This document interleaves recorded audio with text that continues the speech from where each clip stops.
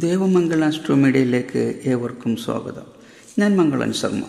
ഇടവൻ രാശിയും അതിൻ്റെ സവിശേഷതയെയും കുറിച്ചാണ് പറയുന്നത്. ഇടവൻ രാശി രാശിചക്രത്തിലെ രണ്ടാമത്തെ രാശിയാണ്.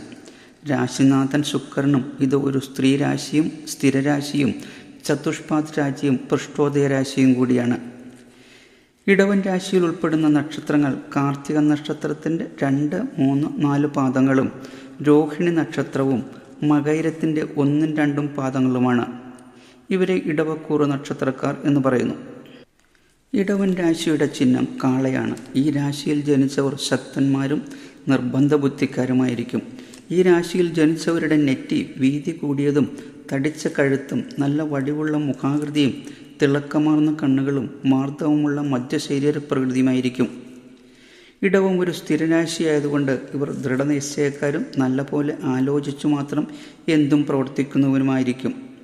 സ്വന്തം വസ്തുക്കളോടും ധനത്തിനോടും ഇവർക്ക് പ്രത്യേകത കൂടിയിരിക്കും. ഇവർ വളഞ്ഞ വഴികൾ തിരഞ്ഞെടുക്കാത്തവരും നേരെ വാ നേരെ പോ എന്ന പ്രകൃതക്കാരുമായിരിക്കും. ഏത് കാര്യവും തീരുമാനിക്കുന്നതിന് മുന്നേയായി നല്ലപോലെ ആലോചിച്ചു മാത്രമേ ഇടപെടുകയും അഭിപ്രായം പറയുകയും ചെയ്യൂ. ആ അഭിപ്രായത്തിൽ നിന്ന് കടുകിട മാറുകയില്ല. ഇവരുടെ മനസ്സിലേക്ക് പറയുക വളരെ പ്രയാസമുള്ള കാര്യമായിരിക്കും. രാശിനാഥനായ ശുക്രന് പ്രേമകാരകത്വം കൂടി ഉള്ളതിനാൽ ഇവർ പ്രേമകാര്യങ്ങളിൽ സത്യസന്ധതയും സ്ഥിരതയും ഉണ്ടാകുമെങ്കിലും ഈ രാശിക്ക് ശനിയുടെ യോഗമോ ദൃഷ്ടിയോ ഉണ്ടായാൽ ഭോഗാസക്തി വളരെ കൂടുതലായിരിക്കും.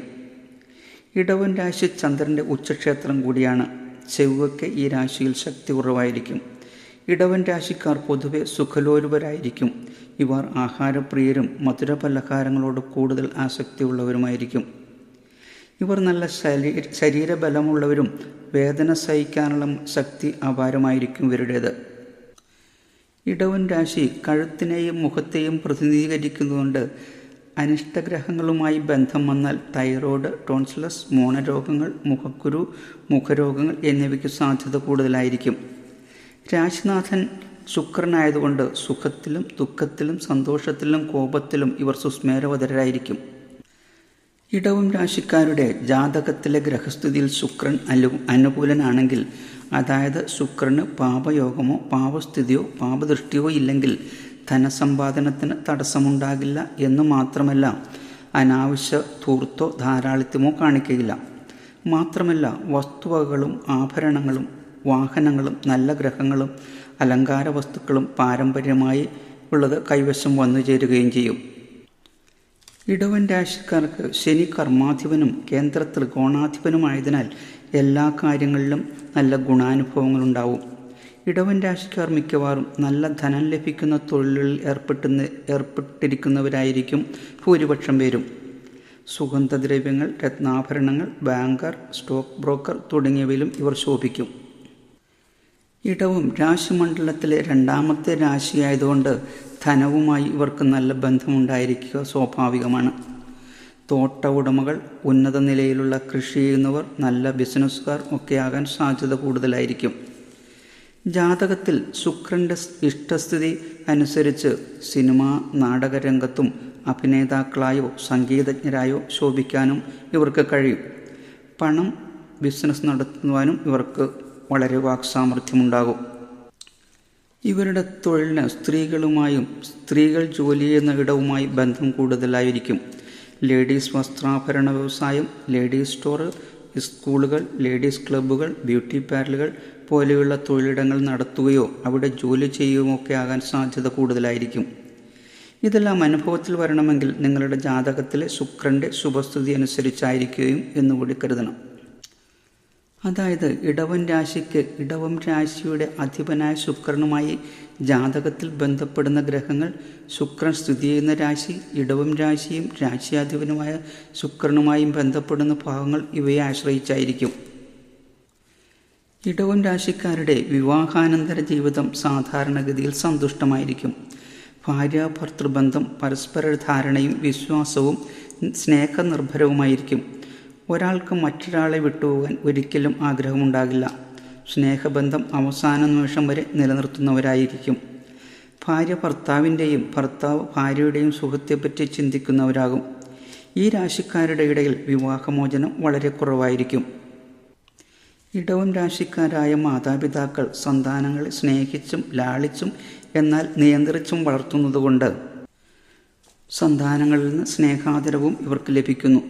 ഇവരുടെ കുട്ടികളും ഇടവം രാശിക്കാരാണെങ്കിൽ ഇവരിൽ മാതൃപിതൃ ഗുണങ്ങൾ മുന്നിട്ട് നിൽക്കും. ഇടവൻ രാശിക്കാർക്ക് വെള്ളിയാഴ്ച നല്ല ദിവസമാണ്, ഏറെ ഗുണകരവുമായ ദിവസമാണ്. ബുധനാഴ്ച നല്ല സാമ്പത്തിക വരുമാനമുണ്ടാകും. ശനിയാഴ്ച ഇടവൻ രാശിക്കാർക്ക് യോഗകാരകനായതുകൊണ്ട് ശനിയാഴ്ചയായിരിക്കും വൈകിയാണെങ്കിലും നല്ല അനുഭവങ്ങൾ കൂടുതൽ കൈവരിക. തിങ്കളാഴ്ച യാത്ര കൂടുതൽ സാധ്യതയുള്ള ദിവസമായിരിക്കും.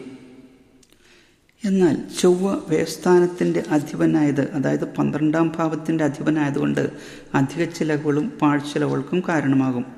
അതിനാൽ ചൊവ്വാഴ്ച നടത്തുന്ന സാമ്പത്തിക ഇടപാടുകൾ പ്രത്യേകം ശ്രദ്ധിച്ചില്ലെങ്കിൽ നഷ്ടത്തിന് ഇടവരുത്തും. ഇടവൻ രാശിക്കാർക്ക് അനുകൂലവും പ്രതികൂലവുമായ ഗ്രഹങ്ങളെ കൂടി പറയുകയാണെങ്കിൽ ശനി ഇടവൻ രാശിക്കാർക്ക് പൂർണ്ണ യോഗം ചെയ്യുന്നതാണ്. 5, 9, 10, 11 എന്നിവയിൽ ഏതെങ്കിലും ഒന്നിൽ ശനി ജനന സമയത്ത് നിന്നാൽ ഇടവലഗ്നക്കാർക്ക് വളരെയേറെ ഗുണങ്ങൾ അനുഭവയോഗ്യമാകും. എന്നാൽ വ്യാഴം ഇടവലഗ്നക്കാർക്ക് അത്ര അനുകൂലമായിരിക്കില്ല. ശനിയുടെ യോഗമോ ദൃഷ്ടിയോ ലഭിച്ചാൽ ദോഷത്തിന് ശമനമുണ്ടാകുമെന്ന് മാത്രം. സൂര്യനും ചൊവ്വയും 3, 6, 5, 12 എന്നീ ഭാഗങ്ങളിൽ നിന്നാൽ ദോഷഫലങ്ങൾ നൽകും. എന്നാൽ ബുധൻ ബലവാനായിരുന്നാൽ, അതായത് 2, 5, 9, 10 ഭാവങ്ങളിൽ നിന്നാൽ ഗുണഫലം നൽകും. ഒരു കാര്യം പ്രത്യേകം ശ്രദ്ധിക്കുക. ഇടവം രാശിയുടെ പൊതുവായ ഫലങ്ങളാണ് പറഞ്ഞത്. എന്തെന്നാൽ ഇടവം രാശിയെ പാപഗ്രഹങ്ങൾ ദൃഷ്ടി ചെയ്യുകയോ രാശിയിൽ പാപഗ്രഹങ്ങൾ നിൽക്കുകയോ ചെയ്താൽ മേൽപ്പറഞ്ഞ ഗുണഫലങ്ങൾക്ക് ഭാഗികമായ കുറവോ മറിച്ചോ അനുഭവപ്പെട്ടേക്കാം. അത് നിങ്ങളുടെ ജാതകത്തിലെ ഗ്രഹസ്ഥിതിയെ ആശ്രയിച്ചായിരിക്കും. ഉദാഹരണമായി ശനിയും ബുധനും ഇടവരാശിയിൽ നിൽക്കുകയും ദുസ്ഥാനത്ത് നിൽക്കുന്ന ചൊവ്വ അതിനെ ദൃഷ്ടി ചെയ്യുകയും ചെയ്താൽ ജാതകൻ വളരെ അലസനായിരിക്കും. അതുപോലെ തന്നെ ദുസ്ഥാനത്ത് നിൽക്കുന്ന ചൊവ്വ ബുധനെ ദൃഷ്ടി ചെയ്താൽ ഇടവൻ രാശിക്കാർ